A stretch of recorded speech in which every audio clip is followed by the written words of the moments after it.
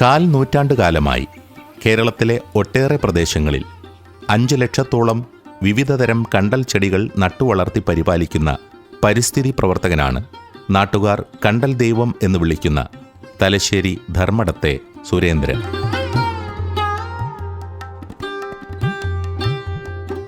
നാലു വശങ്ങളും വെള്ളത്താൽ ചുറ്റപ്പെട്ട ഒരു ദ്വീപാണ് ധർമ്മടം. ഈ പ്രദേശത്തെ ഒരു കണ്ടൽ ഗ്രാമമാക്കി മാറ്റി. 1996-97 കാലഘട്ടത്തിലാണ് കേരളത്തിൽ കണ്ടൽ കാടുകളുടെ സംരക്ഷണ പ്രവർത്തനങ്ങൾ ആരംഭിച്ചത്. പ്രകൃതി ദുരന്തങ്ങളെ നേരിട്ട് മണ്ണൊലിപ്പ് തടയാനും കാറ്റിനെ ഒരു പരിധിവരെ തടഞ്ഞു നിർത്താനും മത്സ്യങ്ങളുടെ പ്രജനനത്തിനും പ്രകൃതിയുടെ വരദാനമായ കണ്ടൽക്കാടുകൾക്ക് കഴിയും എന്ന തിരിച്ചറിവിന്റെ അടിസ്ഥാനത്തിൽ കേരളത്തിലെ വനം വന്യജീവി വകുപ്പ് പരീക്ഷണാർത്ഥം കണ്ടൽ നട്ടുവളർത്തൽ പദ്ധതിക്ക് തുടക്കമിട്ടു. ഈ പ്രവർത്തനങ്ങൾ നടത്തുന്നതിനായി വനം വകുപ്പ് കണ്ടെത്തിയ 2 വ്യക്തികൾ കല്ലേൻ പൊക്കുടനും ധർമ്മടം സുരേന്ദ്രനുമായിരുന്നു. കണ്ണൂർ ഫോറസ്റ്റ് ഡിവിഷന് കീഴിൽ വരുന്ന കൊട്ടിയൂർ റേഞ്ച് ഫോറസ്റ്റ് ഓഫീസറും പരിസ്ഥിതി പ്രവർത്തകനുമായിരുന്ന KV ഉത്തമന്റെ നിർദ്ദേശപ്രകാരം പഴയങ്ങാടി പ്രദേശത്തു നിന്ന് കല്ലേൻ പൊക്കുടൻ കണ്ടൽ വിത്തുകൾ ശേഖരിച്ചു നൽകുകയും ധർമ്മടം സുരേന്ദ്രൻ അത് തലശ്ശേരിയിലെ വിവിധ പ്രദേശങ്ങളിൽ നട്ടുവളർത്തുകയും ചെയ്തു. അതേ കാലഘട്ടത്തിൽ നാട്ടിൽ നിന്ന് കിട്ടിയ വിത്തുകൾ ഉപയോഗിച്ച് പരീക്ഷണാർത്ഥം നഴ്സറികളും ഉണ്ടാക്കിയിരുന്നു. തീരപ്രദേശത്തെ നിത്യഹരിത വനങ്ങളാണ് കണ്ടൽക്കാടുകൾ. നമ്മുടെ കണ്ണൂർ ജില്ലയിൽ മാത്രമായിട്ട് 12ഓളം കണ്ടൽ സസ്യങ്ങളുണ്ട്. അതിനകത്ത് പ്രധാനമായിട്ടും കണ്ടുവരുന്ന സസ്യമാണ് ഈ പ്രാന്തം കണ്ടല്, ചെറുകണ്ടല്, കുറ്റിക്കണ്ടല്, വള്ളിക്കണ്ടല് തുടങ്ങിയിട്ടുള്ള ചക്കരക്കണ്ടൽ, നക്ഷത്രക്കണ്ടൽ അങ്ങനെ തുടങ്ങിയിട്ടുള്ള നിരവധി കണ്ടൽക്കാടുകളുണ്ട്. കണ്ണൂർ ജില്ലയുടെ വിവിധ ഭാഗങ്ങളിൽ വ്യാപകമായ രീതിയിൽ കണ്ടൽക്കാടുകൾ നശിപ്പിക്കുകയും തണ്ണീർത്തടങ്ങൾ മണ്ണിട്ട് നികത്തുകയും ചെയ്യുന്ന ഒരു സ്ഥിതിവിശേഷമാണ് ഇന്നുള്ളത്. അപ്പോൾ കേരളത്തിലെ ഒട്ടുമിക്ക പരിസ്ഥിതി പ്രവർത്തകരും ഈ പ്രകൃതി സംരക്ഷണത്തിന്റെ ഭാഗമായിട്ട് കണ്ടൽക്കാടുകൾ നട്ടുവളർത്തുന്നുണ്ട്. കണ്ണൂർ ജില്ലയിലാണ് ഏറ്റവും കൂടുതൽ കണ്ടൽക്കാടുകൾ ഉള്ളത്. ആരംഭഘട്ടത്തിൽ ഒട്ടേറെ നഴ്സറികൾ നഷ്ടപ്പെട്ടെങ്കിലും പിന്നീട് കണ്ടലിൻ്റെ ആവാസ വ്യവസ്ഥകൾ മനസ്സിലാക്കി നഴ്സറികളുണ്ടാക്കി കേരളത്തിൻ്റെ പല പ്രദേശങ്ങളിലും കണ്ടലുകൾ നട്ടുവളർത്തി വിജയം വരിച്ചു.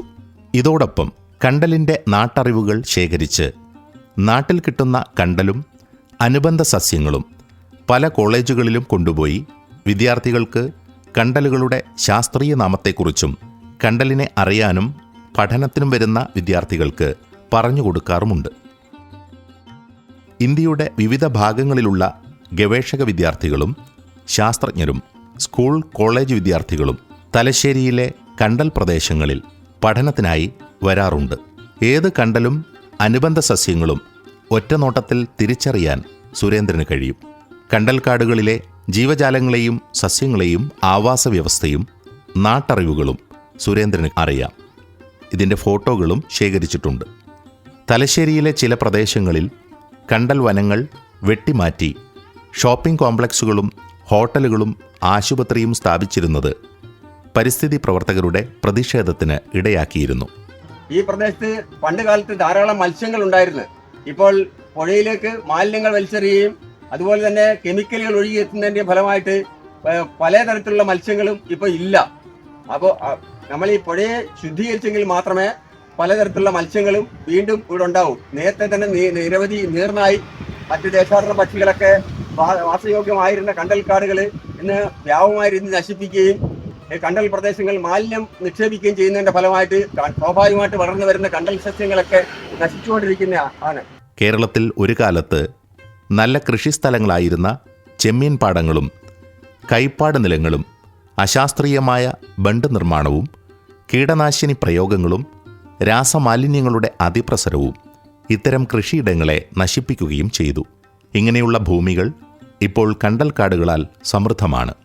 ഈ ഭൂമികൾ അർഹമായ നഷ്ടപരിഹാരം നൽകി സർക്കാർ ഏറ്റെടുക്കണമെന്നും കണ്ടൽക്കാടുകളെ നശിപ്പിക്കുന്നതിനെ തടയാൻ ശക്തമായ നിയമനിർമ്മാണം നടത്തണമെന്നും ധർമ്മടം സുരേന്ദ്രൻ പറയുന്നു. വനം വകുപ്പിനു വേണ്ടി സുരേന്ദ്രൻ വളപട്ടണം, ധർമ്മടം, മൊയ്തുപാലം പരിസരം, മുഴുപ്പിലങ്ങാട് പുഴയോരം, തലശ്ശേരി, കുയ്യാലി പുഴയോരം, കാസർഗോഡ് തുടങ്ങിയ പ്രദേശങ്ങളിൽ കണ്ടൽ വനങ്ങൾ വെച്ചുപിടിപ്പിക്കുകയും പരിപാലിക്കുകയും ചെയ്തിട്ടുണ്ട്. വൈൽഡ് ലൈഫ് ട്രസ്റ്റ് ഓഫ് ഇന്ത്യയ്ക്ക് വേണ്ടി കണ്ടൽ ചെടിയുടെ നഴ്സറികൾ നിർമ്മിക്കുകയും നട്ടുവളർത്തുകയും ചെയ്തു. നക്ഷത്രക്കണ്ടൽ, വലിയ ഉപ്പട്ടി, ചെറിയ ഉപ്പട്ടി, ചെറുകണ്ടൽ, പുഴമുല്ല, കുറ്റിക്കണ്ടൽ, ചക്കരക്കണ്ടൽ, പൊന്നാംവള്ളി, നീർപ്പൊങ്ങ്, കണ്ണാമ്പട്ടി, മുഞ്ഞ, നല്ല കണ്ടൽ, മച്ചിൻതോൽ, ചുള്ളിക്കണ്ടൽ തുടങ്ങിയ ഇനം കണ്ടൽ ചെടികളും അനുബന്ധ സസ്യങ്ങളും ഇദ്ദേഹം നട്ടുവളർത്തുന്നു. മാലിന്യമുക്ത നവകേരളത്തിൻ്റെ ഭാഗമായും ഇദ്ദേഹം രംഗത്തുണ്ട്. 2025 ജനുവരി മുതൽ ഈ വർഷാവസാനം വരെ തലശ്ശേരിയിലെ ധർമ്മടത്തും കുയ്യാലി പുഴയോരത്തും പരിസര പ്രദേശങ്ങളിലും കൊടുവള്ളിയിലും ധർമ്മടം സുരേന്ദ്രൻ ഒരു മാലിന്യ നിർമ്മാർജ്ജന യജ്ഞം നടത്തിവരുന്നു. കോരിച്ചൊരിയുന്ന മഴയത്തുപോലും ഇദ്ദേഹം അപകടകരമായ ചുറ്റുപാടിൽ മാലിന്യ നിർമ്മാർജ്ജന യജ്ഞം നടത്തുന്നു. 2018 മുതൽ സുരേന്ദ്രൻ മാലിന്യ നിർമ്മാർജ്ജന യജ്ഞം ആരംഭിച്ചിട്ടുണ്ടെങ്കിലും 2025 ജനുവരി മാസം മുതൽ ദിവസവും 3 മണിക്കൂർ ഇദ്ദേഹം മാലിന്യ കൂമ്പാരങ്ങളുടെ നടുവിലാണ്.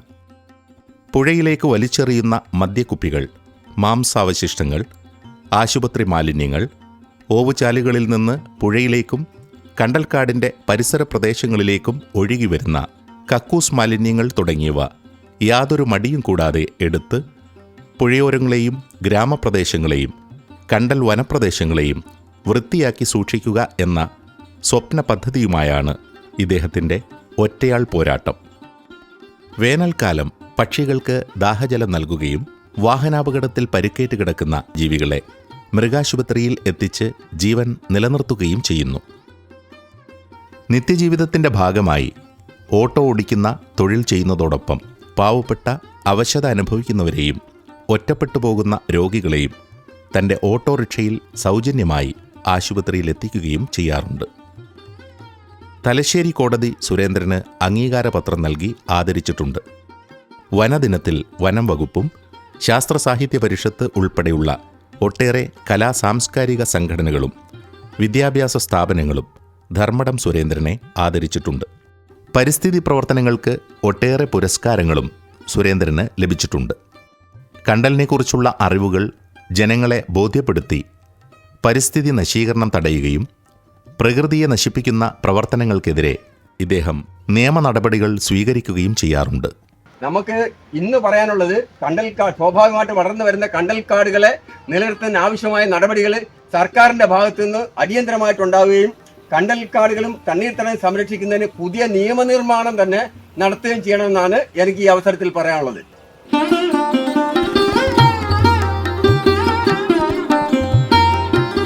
കണ്ടൽക്കാടുകൾ പരിസ്ഥിതിക്കും മനുഷ്യർക്കും ഒട്ടേറെ സേവനങ്ങൾ നൽകുന്ന ആവാസ വ്യവസ്ഥകളും ജൈവ വൈവിധ്യങ്ങളുടെ കലവറകളുമാണ് കണ്ടൽക്കാടുകൾ.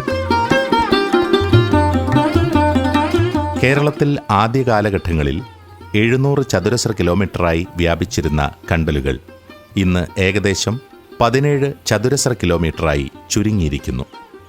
വനവൃക്ഷങ്ങൾ തടിയിലും ശിഖരങ്ങളിലും കാർബൺ പിടിച്ചുവെക്കുമ്പോൾ കണ്ടലുകൾ ജലാശയത്തിൻ്റെ അടിത്തട്ടിലുള്ള അവയുടെ വേരുകൾക്ക് സമീപത്തായാണ് കാർബണുകൾ സംഭരിക്കുന്നത്.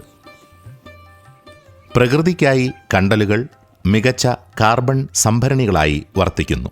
കണ്ടൽക്കാടുകൾ, കടൽ പുല്ലുകൾ തുടങ്ങിയ തീരദേശ ആവാസ വ്യവസ്ഥകൾ ഉഷ്ണമേഖലാ വനങ്ങളേക്കാൾ 50 ഇരട്ടി കാർബണാണ് സംഭരിച്ചു വയ്ക്കുക.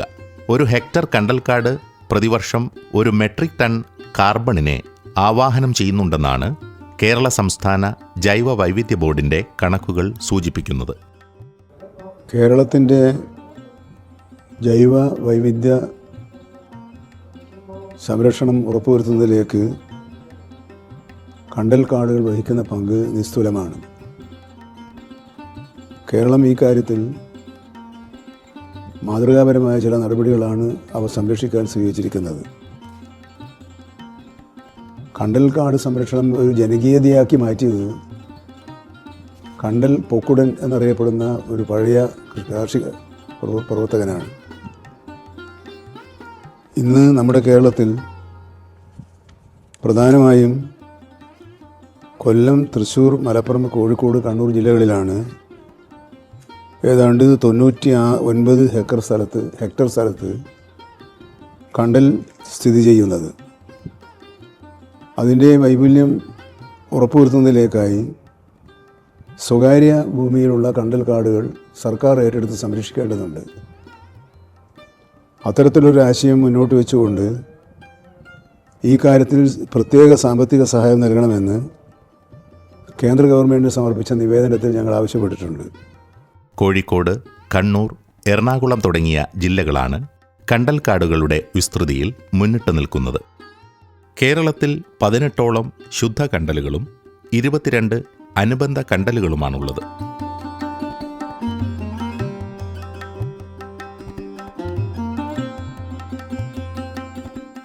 ജനങ്ങളും ഗവൺമെൻറ്റും കൈകോർത്ത് പിടിച്ചുകൊണ്ട് ഈ വലിയ ജൈവ സമ്പത്ത് കേരളത്തിൻ്റെ ജീവശ്വാസം നൽകുന്ന ഒരു മേഖലയായി കരുതി വലിയ പരിരക്ഷ നൽകേണ്ടത് ആവശ്യമാണ്. ബോധപൂർവമോ അല്ലാതെയോ ഇത്തരം കാടുകളെ നശിപ്പിക്കുന്നതിൽ ഒരു മടിയുമില്ലാതെ പ്രവർത്തിക്കുന്ന കുറേ പേരെങ്കിലും നമ്മുടെ നാട്ടിലുണ്ട്. അവർ ഇത്തരം ശ്രമങ്ങളിൽ നിന്ന് പിൻവാങ്ങണമെന്ന് ഈ ഘട്ടത്തിൽ അഭ്യർത്ഥിക്കാൻ ഞാൻ ആഗ്രഹിക്കുകയാണ്. ഇവയില്ലെങ്കിൽ ജീവിത താളം തന്നെ തെറ്റിപ്പോകുമെന്ന് മനസ്സിലാക്കിക്കൊണ്ടുള്ള കരുതലും കൈത്താങ്ങുമാണ് കണ്ടൽക്കാടുകൾക്ക് കേരളം നൽകി വരുന്നത്.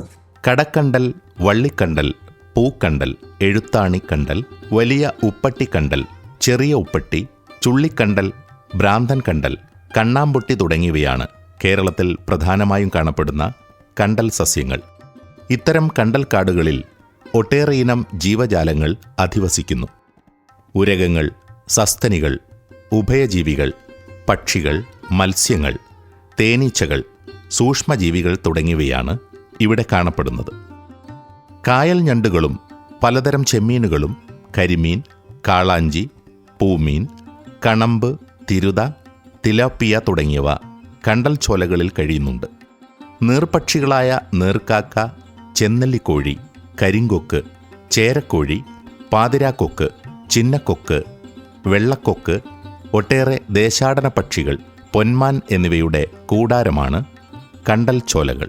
ചീങ്കണ്ണി, കടുവ, കുരങ്ങ്, മാൻ തുടങ്ങിയ സസ്തനികൾ താവളമാക്കുന്ന കണ്ടൽക്കാടുകളുമുണ്ട്. കണ്ടലുകളെ ആശ്രയിച്ച് നിരവധി സൂക്ഷ്മജീവികൾ വേരുകളിലും കഴിയുന്നു. കണ്ടൽ ചോലകളിലും ഇലകളിലും മത്സ്യങ്ങൾ ഉൾപ്പെടെ ജീവജാലങ്ങൾ മുട്ടയിട്ട് പെരുകുന്നുമുണ്ട്. കേരളത്തിലെ കണ്ടൽക്കാടുകളിൽ 18 ഇനം കണ്ടൽ സസ്യങ്ങളുമുണ്ട്. അതിജീവനശേഷിയിൽ വളരെ മുന്നിലാണ് കണ്ടൽ ചെടികൾ. ലവണാംശമുള്ള വെള്ളത്തിലാണ് ഏറെയും വളരുക. ശുദ്ധജലത്തിൽ വളരുന്ന കണ്ടലുകളുമുണ്ട്. കടൽ തീരം, അഴിമുഖം, ചതുപ്പുകൾ, കായൽ, നദീതീരങ്ങൾ തുടങ്ങിയ പ്രദേശങ്ങളിൽ കണ്ടൽ സമൃദ്ധമായി വളരുന്നു. വെള്ളക്കെട്ടിലെ ലവണാംശത്തിലുള്ള വ്യതിയാനം, ഓക്സിജന്റെ കുറവ്, ഈർപ്പവ്യത്യാസം, താപനിലയിലെ മാറ്റങ്ങൾ തുടങ്ങിയവ അതിജീവിക്കാൻ കണ്ടലുകൾക്ക് കഴിയും. മുകളിലേക്ക് വളരുന്ന സൂചിവേരുകളുടെ സുഷിരങ്ങൾ വഴിയാണ് കണ്ടലുകൾ വായുവിനെ ആഗിരണം ചെയ്യുന്നത്. അതിനാൽ തീരദേശങ്ങളുടെ ശ്വാസകോശമായും അറിയപ്പെടുന്നു. വെള്ളത്തിലെ ലവണാംശത്തെ വേരുകൾക്ക് ഊറ്റിയെടുക്കാൻ കഴിയും. ഇലകളിലെ ലവണഗ്രന്ഥികൾ വഴി ലവണാംശത്തെ പുറത്തുവിടാനും കണ്ടലുകൾക്ക് കഴിയും.